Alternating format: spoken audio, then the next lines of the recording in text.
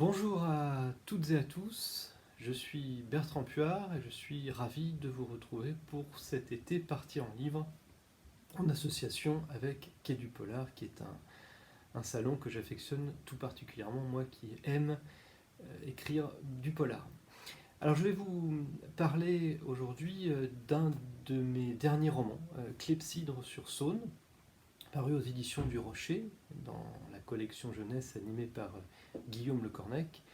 Clepsydre sur Saône, Clepsydre sur Seine, Clepsydre sur Seine c'est le premier tome, Clepsydre sur Saône c'est le deuxième tome, propose au lecteur de voyager dans le temps. Ce sont les aventures d'Ewan et d'Alicia, qui sont deux adolescents, qui ont fait une extraordinaire découverte. Ils ont découvert les mines du temps. Ce sont des mines contenant des cristaux qui permettent de voyager à travers les époques.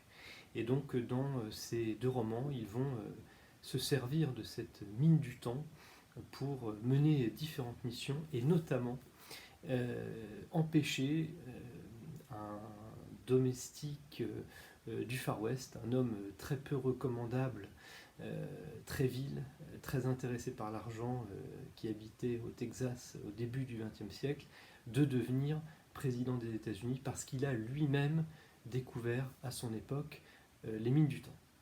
Ce président s'appelle Mikey Vermogen.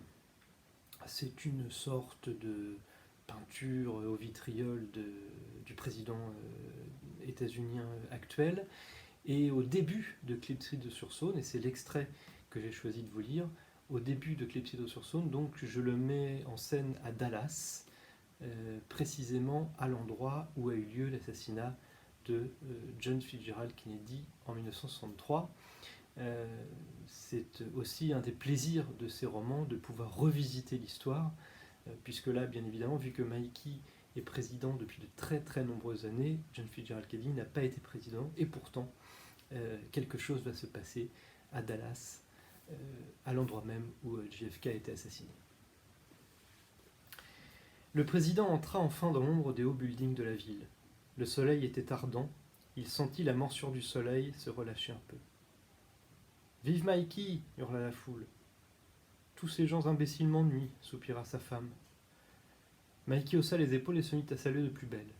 Lui les aimait, les gens. Enfin, pas tous les gens, seulement les gens qui l'aimaient lui, évidemment. « Vive le visionnaire !» Il se gonfla d'orgueil en entendant son surnom crier ainsi.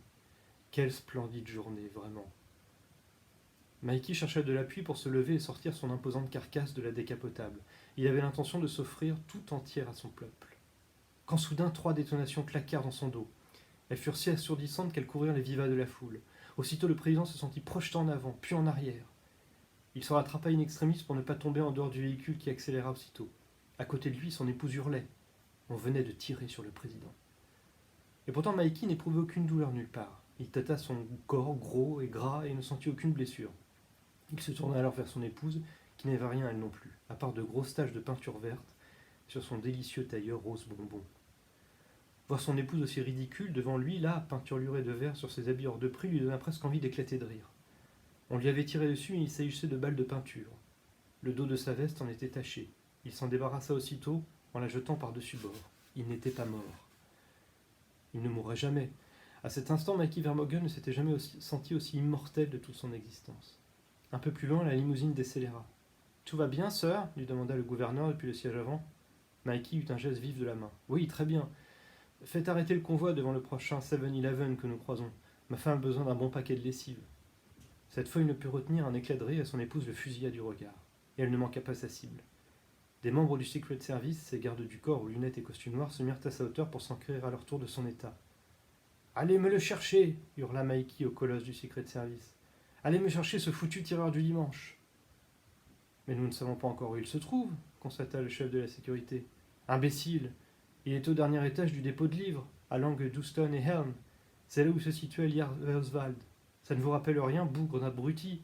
Dépêchez-vous, sinon il va nous échapper. » « Mais il n'y a pas de dépôt de livres à cet endroit, sœur, mais le siège texan de la Mikey Bank. » Le président fronça les sourcils. « Bon, oui, ok, peut-être, certainement même. Alors foncez au dernier étage des bureaux et ramenez-moi ce sale type. » Sans demander plus de détails sur cette curieuse intuition présidentielle, les Malabars partirent en meute vers le building. Mikey se mordit alors les lèvres. Il avait gaffé. Il s'en mêlait dans l'histoire. En parlant d'Oswald, il faisait allusion à l'assassin supposé du président John Fitzgerald Kennedy à Dallas sur Dealey Plaza en novembre 63. Mais évidemment, Kennedy n'avait jamais été président, puisque Mikey régnait sans partage sur son pays depuis sa première élection en 1932 et n'avait certainement pas proposé au vote le 22e amendement de la Constitution, limitant à 2 le nombre de mandats. D'ailleurs, JFK, âgé de 103 ans, coulait aujourd'hui des jours heureux dans une maison de retraite à Hollywood, après une fabuleuse carrière d'acteur au cinéma et à la télévision, aux côtés de sa compagne, Marilyn Monroe, une philosophe diogénienne. Mackie s'était emmêlé les neurones, mais il y avait de quoi. Telle était la raison de sa fortune et de son succès. Il avait eu la possibilité en 1926 de voyager dans le temps et de se rendre dans le monde de 2020. Lorsqu'il avait regagné son époque, les bras chargés de livres d'histoire et de journaux sportifs, il avait été en mesure d'anticiper toutes les guerres, toutes les crises, de prévoir les cours de la bourse et le résultat des matchs de football, de baseball et de basket, le score exact au point près. Il était devenu le visionnaire. Très peu de gens étaient dans la confidence. Même son épouse ne l'était pas. Voilà, j'espère que cela vous aura donné envie de découvrir la série Clepsydre et on se retrouve bientôt pour d'autres vidéos.